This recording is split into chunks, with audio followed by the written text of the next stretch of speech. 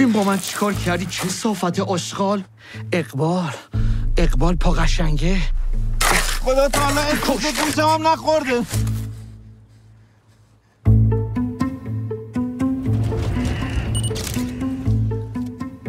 پا قشنگه رو پیدا کردم.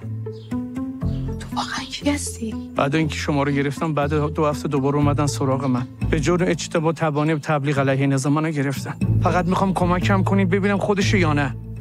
که پاقو را زر آورده اینجا. گلی یه باز کن دیگه اینا. خیلی خوب. اول باید مطمئن بشیم تنها کسی که میتونه بگه خودشه یا نه حمیده.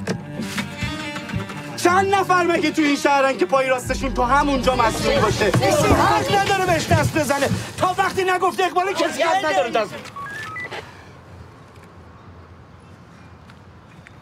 خسته نباشین. من کارم عکاسی و فیلمبرداری از عروسیه. اومدیم اینجا یه 2 تا عکس بگیریم میریم سریع. اینجا؟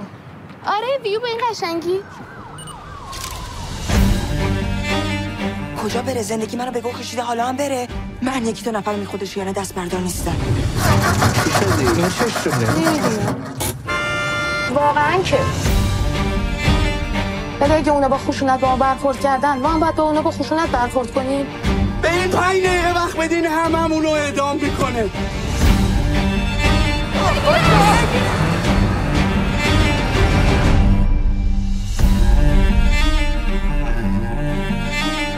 از صبح که دیدمتون فهمیدم یه دونتون این کاره نیستی.